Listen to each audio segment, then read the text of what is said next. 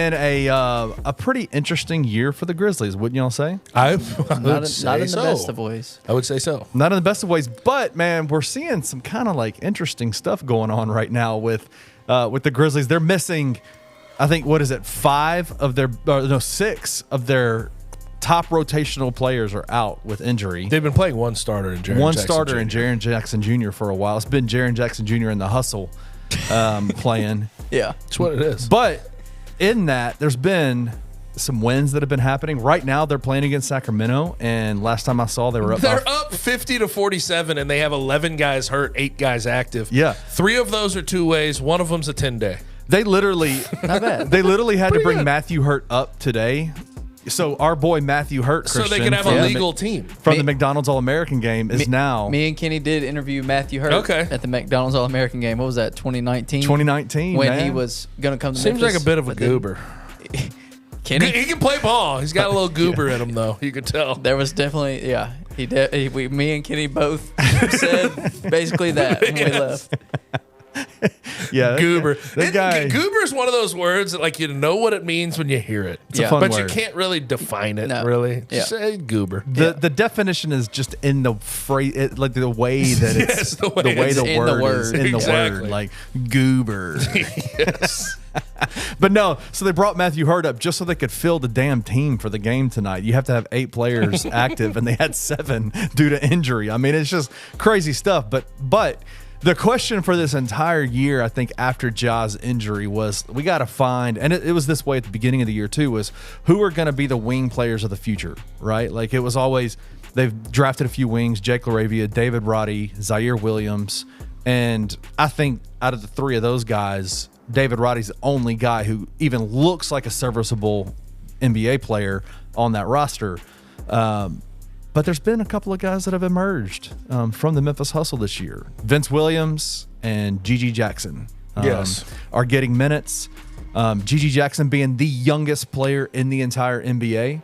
What are your guys' thoughts, man? Like, what have you seen just in the last couple of days? Let's go Vince Williams first. Okay, man. What are y'all's thoughts I'll go on Vince Williams Jr. first. Let me go first, actually, because I think you deserve a lot of flowers on the Vince Williams train. I'll just give I those don't to need you him, man. I don't on need the him. forefront of this because don't need him. several weeks ago, before This was really Summer League last year where I Right. saw Vince play for the first time. I'm like, what? I mean, he's going to get a look at some point. Right. And it took a while. It did take a while, but earlier this year you were excited for what he could be and seeing extended minutes from him. Now that we're seeing that, I think that's all been pretty validated. So props to you. Thank you, sir. On seeing a little something in Vince Williams. And yeah, or I guess we're just talking about him right now. So yeah, with Vince Williams, we talked about the energy that he brings is basically, for us, I think was a really big selling point earlier this year.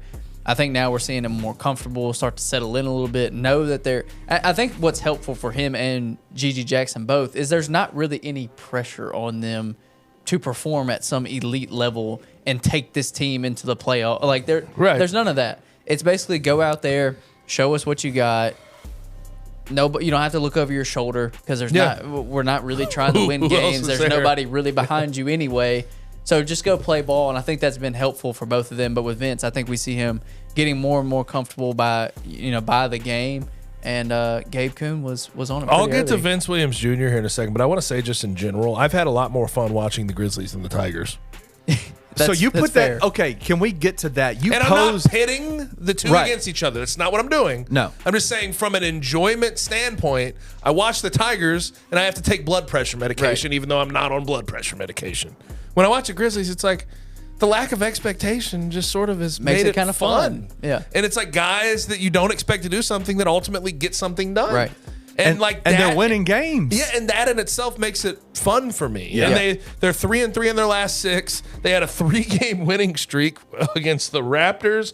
The win against the Heat at Miami. At Miami in Terry Rozier debut with the Heat. That's just Right. fun as hell. Then you beat the Magic, who have been really good in the Eastern Conference. Like, Right. man, this team is fun to watch. And a part of that, listen, I think there's a limit to how high you can get about this team because Absolutely. they're not a postseason team, yada yada. But damn, in the moment, it's fun as shit. Right. Have fun And then with- I look have at fun with what you the got. Tigers, and I'm just like, damn, it's not fun. It's not tight. a fun It's product. very Everything's tight. So you posed that question on Twitter. You actually did a poll this last week. Were you surprised by the results? No, not really. Grizzlies, I got about 300 votes on it, and the Grizzlies won 55 to 45%. Okay. Yeah.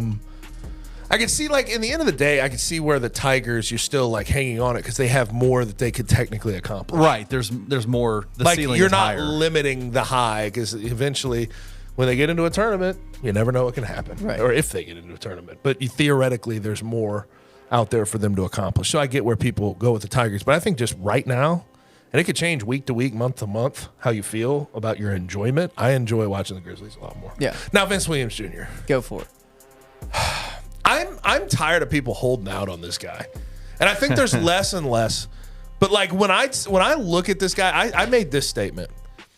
I'm now to the point with him. I'm waiting on him to have a bad game. Oh, Yeah. no. 1,000%. He has not had a bad game in a Grizzlies uniform this year. Yeah. He's played like 36 games. Which is what an unbelievable skill set to have, like to not have a bad game. I just everything he brings to the floor, it's just winning basketball. He'll cover your best perimeter player.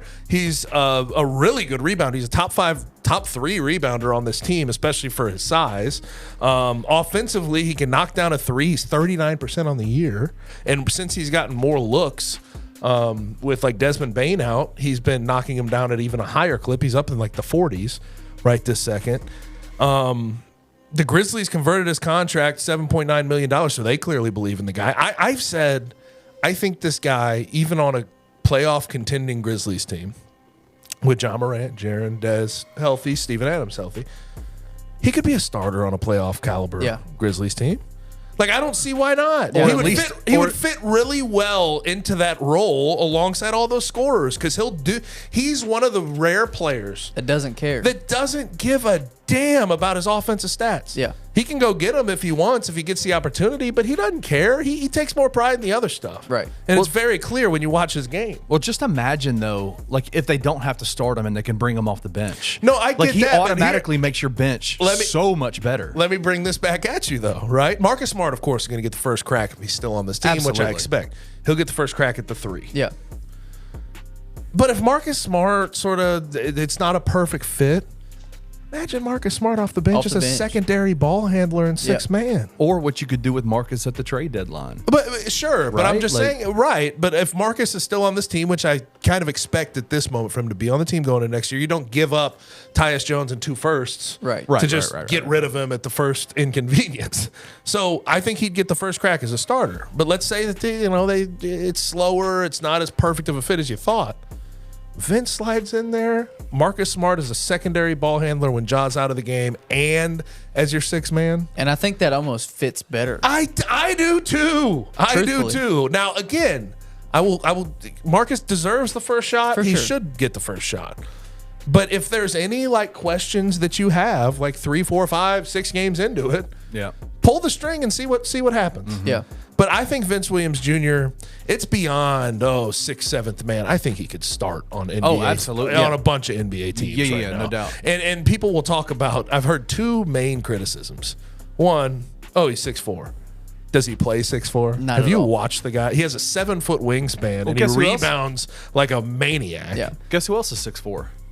Marcus Smart. But point being, Vince Williams Jr. plays even bigger than But Marcus he Smart. plays bigger than Marcus. And Marcus Absolutely. Smart plays bigger than his size. Right. Absolutely. So there's that, and then what? This hold up is hilarious. Before Dez got hurt, everybody's like, we've seen his defense. We really like the energy he brings. I don't know if he's that good of an offensive player. Right. I don't know if he's got that good of an offensive player. So let's go through his stats since Dez has been out. You ready for this? Let me go ahead and pull up his games. Point totals since Desmond Bane went out against the LA Clippers. 17, 24, 10, which was his low, by the way. 14, 18, 25, 11, and 20. And in those games, he's shooting above 40% from 3. Yeah. Kiss my ass. He can play offense. He can play Yeah. offense. Like, let's stop the hold. Don't hold back. There's no reason to hold back with the guy. He's showing you it, and it's a big enough sample size for you to trust it going forward. Yeah. And clearly the Grizzlies trust it. They converted his contract. Now, G.G. Jackson. Yeah. I'm still, dog, man. I'm still like, he's 19. Right. So I'm when it comes to him developing the player he could be, I'm still more on the if side than the win side. I agree with that.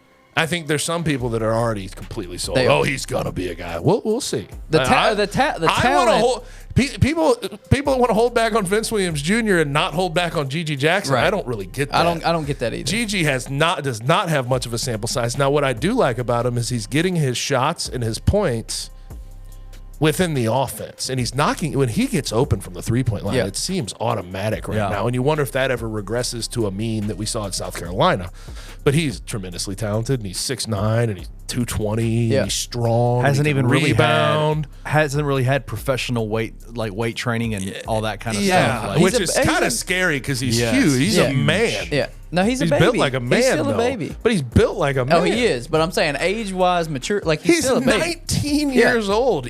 On the young side of 19, he just turned 19 at the right before the new year, I think. yeah, I Yeah. think so. I mean, I'm excited about the guy, but I just want to see it, continue to progress Yeah. and get him a bigger sample size. Yeah. See how well he consistently plays within an NBA offense. Couldn't agree more. Do you see him as a rotational player next year for the Grizzlies? So here's where I'm at. He's on a different two-way. So after this year, they either have to convert him or give him a chance elsewhere. He'd be think a they restricted can- free agent. Yeah. I think they convert him, give him a regular contract, and rotation, sure, but I think 10-man rotation. Yeah. Not like 8-man rotation. Right. Because I think when you get everybody healthy, When you get BC when back, you get get Steve-O. like think about the top 8 when they're back healthy. This is what's exciting about all this new stuff with Vince and Gigi. Their top 8 when they get back healthy: Ja, Jaren, Dez, Steven, Marcus, Vince Williams Jr., Luke Kennard, Brandon Clark. and then you could go Santi. Yeah. That's David 9 Roddy is 10. Yeah, see if David Roddy or Gigi is a 10th, like damn. Yeah. Like this team, as much as this is a lost season, because it is, you have seen some things come to fruition that you didn't expect come to fruition. Absolutely. And going into next year, I'm about as positive as I've ever been about what this team could accomplish. I really am. Last question for you about this: are you team tank, or are you just play games the way? Play the game. Just play it out. Play the game. You're not catching these terrible teams behind you, and you're probably going to be right there outside of the plan, which is still the lottery. Yeah. Which is wild. And like, there's not like if you are the 8th worst team versus being the 12th worst team, Not much difference. your chances to get into the top 5 still suck. Yeah. And they don't really diminish that big. Yeah. If you're so like, no, I'm not one who's holding back at all. Like if they win, I'm happy about it. I'm like, oh, that was fun. Yeah, that was fun. If they lose, that was okay. Yeah. Cool. Just- but like, people that are like, oh, keep losing for the tank. No, who cares? And I don't even think this draft is worth all that. No. It's not worth It's being not. like, oh, lose every game and sit everybody down. No. I don't think it's worth all that. no, I agree.